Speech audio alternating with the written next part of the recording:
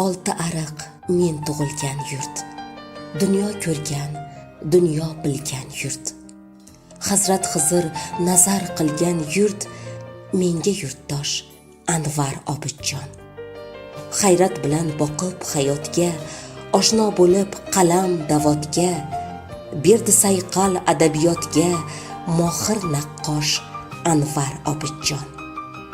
Nurday boqib lolalariga, malham tutib nolalariga, butun dunyo bolalariga bo'ldi ko'zqosh Anvar Obidjon.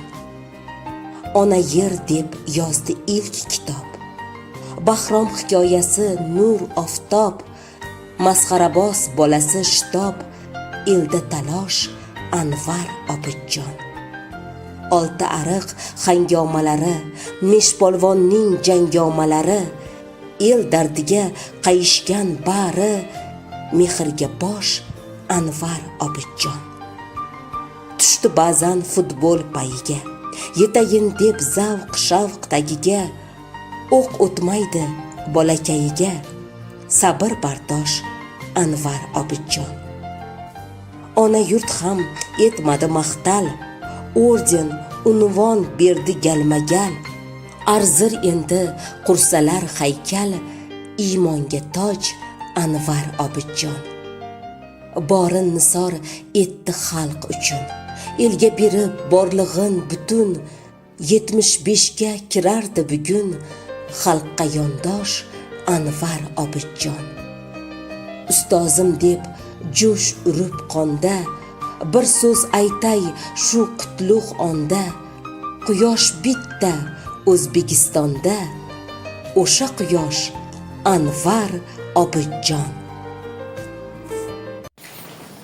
O'zbek jurnalisti va shoiri Anvar Obidjon 1947-yilning 8-yanvarida Farg'ona viloyatining Oltiariq tumanida tavallud topgan. U o'rta maktabda o'qib yurganida G'uncha jurnalida Shkafjon nomli she'ri bosilgan. Anvar Obidjon 1966-yilda Samarqand moliya texnikumida, 1973 va 1979-yillarda Toshkent davlat universitetining jurnalistika fakultetida sirtqida o'qigan. Talabalik yillaridayoq adabiyotga, xususan bolalar adabiyotiga katta qiziqish bildirgan va bu yo'nalishda faoliyat yurita boshlagan. U o'zining qiziqarli she'rlari bilan nafaqat bolalar, balki kattalar orasida ham mashhurdir. 1966-69 yillarda Anvar Obidjon harbiy xizmatni o'tab qaytadi. 1970-71 yillarda qishlog'idagi Nurobod jamoa xo'jaligida dala hisobchisi bo'lib ishlaydi.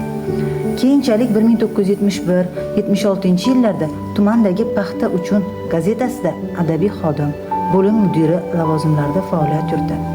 1977-78 yillarda Toshkentdagi yog'-moy kombinatida bog'bon lavozimida ishlagan. Anvar Obidjon Obidjonov qo'mitasida 1979 va 1981 yillarda muharrir lavozimida ishlaganlar. Keyinchalik esa 1981 va 1986 yillarda Kamolot nashriyotida muharrir, bosh muharrir o'rinbosari bo'lib o'z faoliyatini yuritganlar.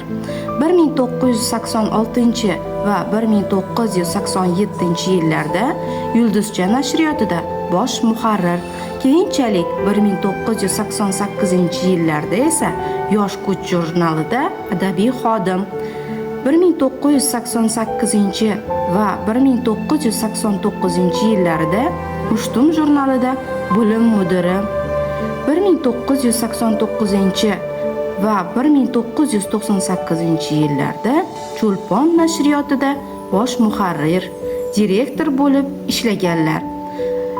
1998 yildan boshlab O'zbekiston teleradio kompaniyasi Yoshlar telekanalida katta muharrir bo'lib faoliyat ko'rsatganlar. Anvar Obidjon asarlari Ona yer, Olovjon va uning do'stlari, Bezgak shamol, Akang qarag'ay gulmat, Oltin yurakli avtobola, Meshpolvonning janglari, Oltariq hangomalari, Odobli bo'lish osonmi, Meshpolvon singari 25 ta to'plamni chop ettirdi. U aksariyat asarlarini bolalarga bag'ishlaydi.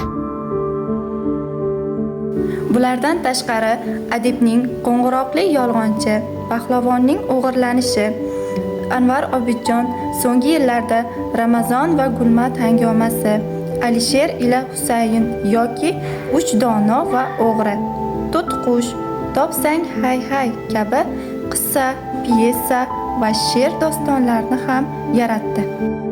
Anvar Obidjon bolalar adabiyotiga dastlab Ona yer, Bahromning hikoyalari to'plamlari orqali shoir sifatida kirib keldi va mavjud ijodiy an'analardan foydalangan holda o'ziga xos yo'lni tanladi. Anvar Obidjon 1997-yil Shuhrat medali bilan taqdirlangan. 1998-yilda O'zbekiston xalq shoiri unvoniga sazovor bo'lgan. Anvar Obidjon 2020-yil 11-aprel kuni Toshkent shahrida 74 yoshida vafot etdi.